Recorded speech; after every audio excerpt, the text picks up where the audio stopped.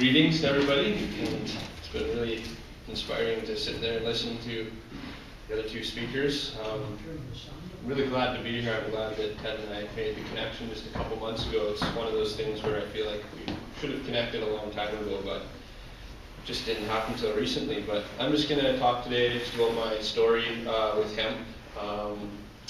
I'm from Saskatchewan, as Ted mentioned, and my family goes back 5 generations farming there. So I'll just start at the very beginning of how what I'm doing now came to kind of be. Right now I'm still taking part in managing the farm in Saskatchewan, and I'm operating a business here called Good Seed Hemp. We sell hemp foods. It all started back in basically a couple years after hemp got legalized. It was legalized in '98 as a farm crop in Canada. At that time, I was still in high school, had no really interest in farming, actually, even though I lived on a farm. A lot of the youths in the prairies were like me, where, you know, everything farming is something you want to move away from. You know, you move to the big city where it's really cool, and everyone wants to be a gangster rapper, and it's just, that's what I wanted to be anyways, crazy enough. The community that I'm from is largely a Norwegian community, but we're right beside a Cree reservation called Muscadet.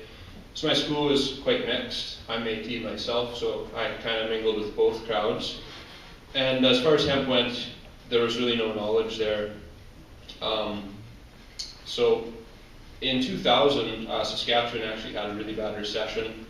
There was like 4 years in a row where the recession was quite hard on my family business. My parents operated an electrical business, and so basically they just decided that they would try moving out to the States.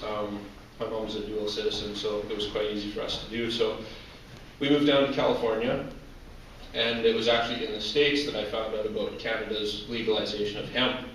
And how it happened was, essentially we moved down to California, and my parents, with their electrical experience, they started solar companies. They were selling solar panels on people's houses, and a lot of our customers were in the organic farming movement, and because of that we saw firsthand really successful small organic farms. And before this, my knowledge with farming was quite industrial in the prairies. People, you know, pretty much farm thousands of acres at a time. It's quite a heavy debt load to take on to really become a modern day farmer. So it was cool to be in California and see people with, you know, 1 and 2 acres who could do diverse crops and actually make a living, and it seemed like they had quite good lifestyles. And so my family was mingling with these kind of people, which was a new culture for us, coming from a fairly conservative, kind of Christian right-wing upbringing.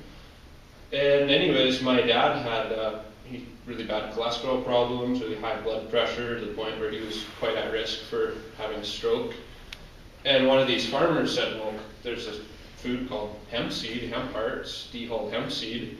They grow it in Canada, it's really, really good for you. So my dad started eating it, and it was quite amazing how he was on like 4 different meds for his heart conditions.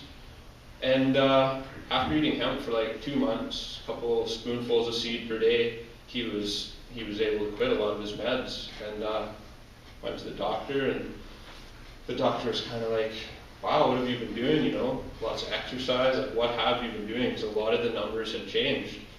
And he was actually able to get off of those, not by, because he didn't really want to take them anymore. The doctor just said, you don't need these anymore.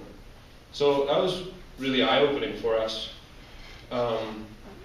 And so a lot of things kind of happened. Like, one thing happened which led to another. I mean, everybody here knows all the nutritional benefits of hemp. I'm sure I probably don't need to go into that. It's got a very balanced source of omega-3s, omega-6s, and the protein content is more absorbable than any other plant seed.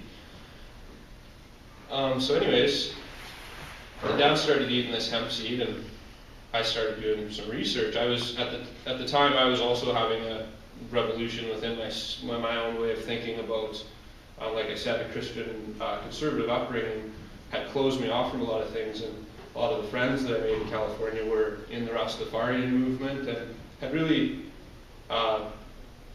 showed me that, you know, as we've just heard, a lot of the misconceptions we have about people who use cannabis are shattered once we meet people who are using it in a respectful way and using it in a way that's definitely spiritual and benefiting them.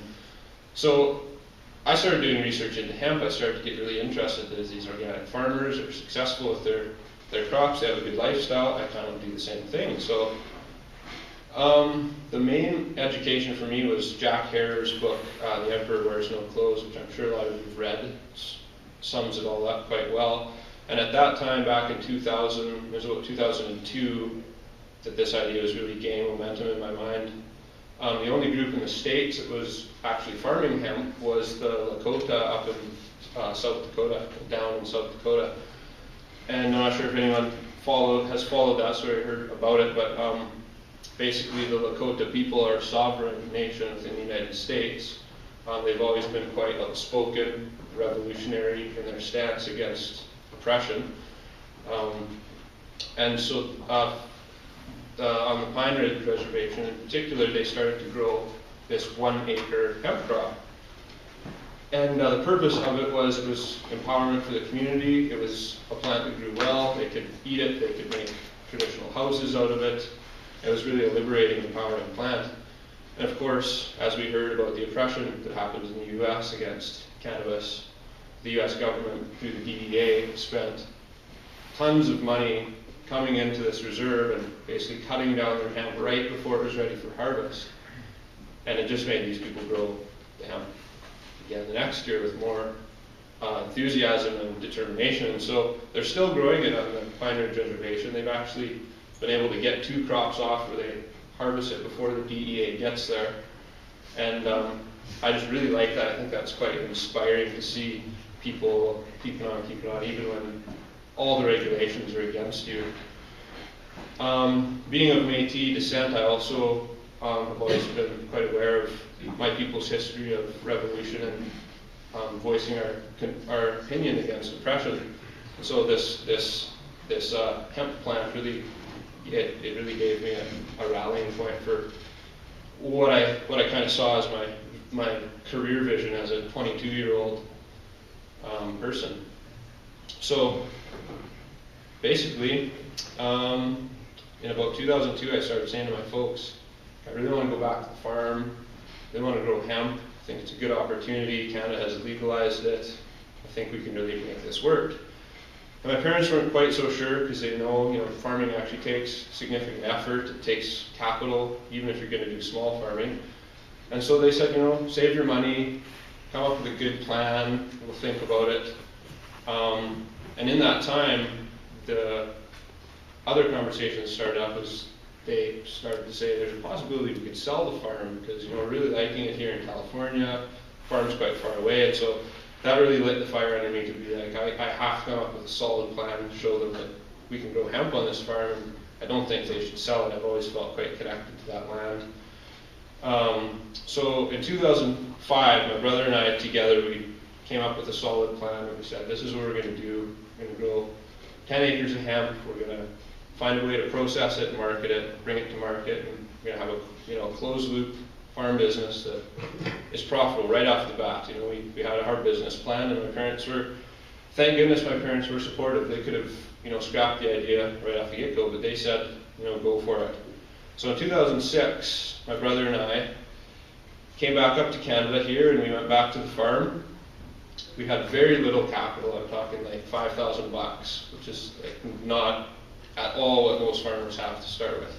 But we didn't want to go in debt either, so we basically acquired all of our machinery locally, really old machinery. We got a lot of stuff for free. Like, for example, if you're going to farm, there's quite a list. You got to first have a cultivator, you got to have a seeder, you should have some form of weeding apparatus to control weeds. You're going to have something to cut the crop. You're going to have something to combine or harvest the seeds off the crop. There's this vast list.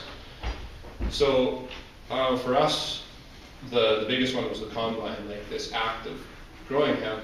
As many people would say, growing hemp is easy. It's true. Hemp grows quite easily. You plant it in the ground. It's got a lot of things going for it, so it grows quite well.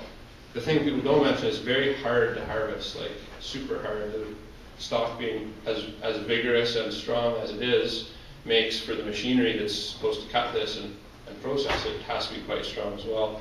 So we'd spent basically all our money on the machines we needed to get the seed in the ground and get it growing and get it cut, but we didn't have the machine to get the seeds off. So my grandpa had an old combine sitting in the bush. It was like a 1973 model combine. It had a tree like this big around growing through the middle of it. We cut that out. We found another one in his bush too, and we were able to scrap the parts together to make one working unit. And it's really funny, in my 5 years of farming, that was our best yielding year. We had just the most amazing crop. I don't know if it was partly just the enthusiasm and positive vibe that I had. I just thought I was going to save the world with this 10 acres of hemp. But we did a few things. We did a lot of things unconventionally, actually. I'm sure 50% of my town thought I was growing a big field of weed. And of course, there's people in my town who completely dislike me. And then there's surprisingly a large amount of people who are really happy that I'm a young person trying to farm. So I honestly thought most people would be against me, but it's probably 50-50. So, and then the business itself has actually become successful in terms of it makes me not have to work for anybody else. So that's pretty great. So I know some people think that the business is not actually selling hemp seed, you know, this under the table deal going on, which is just funny to me now.